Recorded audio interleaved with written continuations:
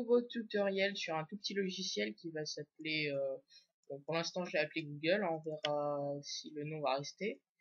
Donc c'est un logiciel qui va être comme la page d'accueil Google, où vous tapez quelque chose dedans et vous cliquez sur obtenir la réponse. Et il va vous emmener sur la page où il va proposer les résultats. Donc là, comme j'ai pas de connexion internet, je vais pas pouvoir vous le montrer, mais vous verrez que ça marche très bien. Donc on va tout de suite commencer le tuto. Tac, à tout de suite. Et c'est parti pour le tutoriel.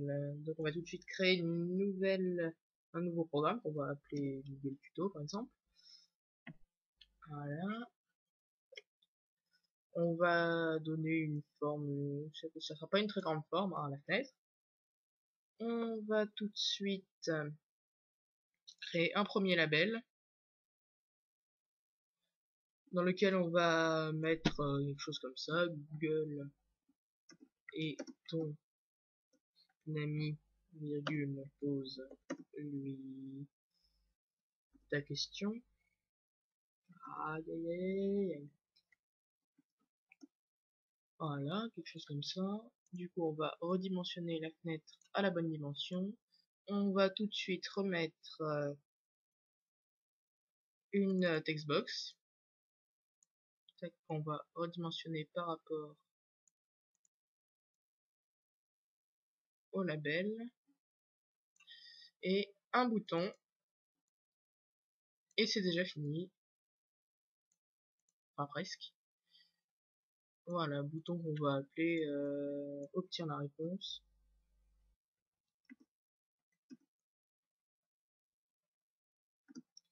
Et une petite flèche comme ça derrière.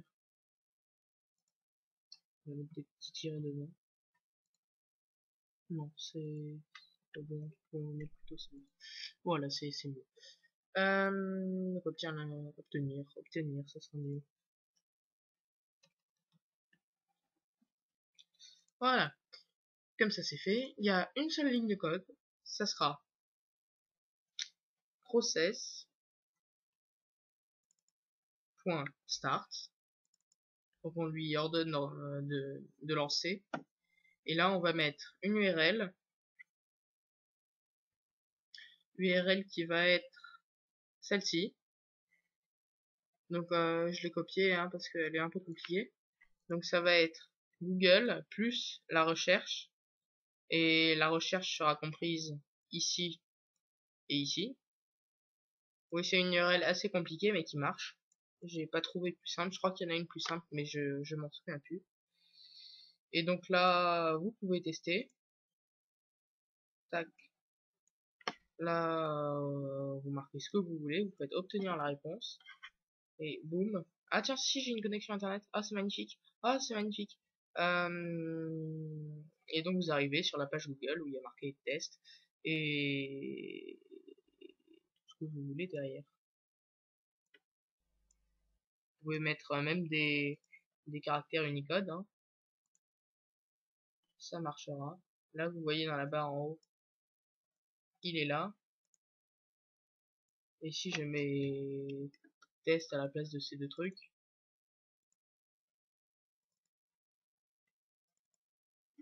comme ça, et bien on arrive sur la page test et c'est exactement ce que le logiciel fait. Donc après, c'est plus qu'une question de design. Donc on peut faire des jolis boutons, je crois que non, pardon, une jolie fenêtre. Donc moi toujours avec mes icônes de Windows. On va prendre par exemple cette icône là, navigateur. On va appeler la fenêtre Google.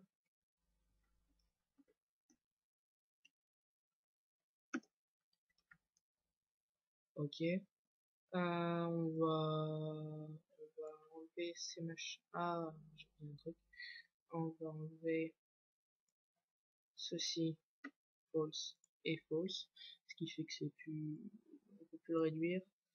Et fix 3D.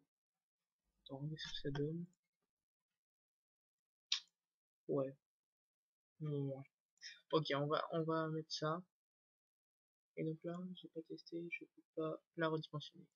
Donc c'est parfait, vous allez aller dans projet propriété de Google Tuto, parcourir, vous prenez exactement prenez exactement la même icône, c'est-à-dire celle-ci, vous fermez, vous faites play pour qu'il enregistre, vous enregistrez, dans le doute je refais encore une fois play, et une fois enregistré, et vous faites générer. Là vous allez dans votre menu démarrer, vous faites document, vous faites Visual Basic, Project, vous prenez votre truc, dans Bin, Debug, et il est là, l'application avec l'icône.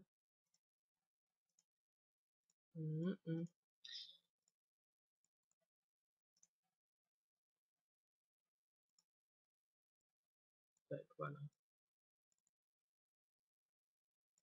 Tadam. Bon, celle-là, j'avais oublié d'empêcher son redimensionnement, donc c'est parfait. Et là, vous pouvez constater que ça marche tout à fait. Donc, test, test 2.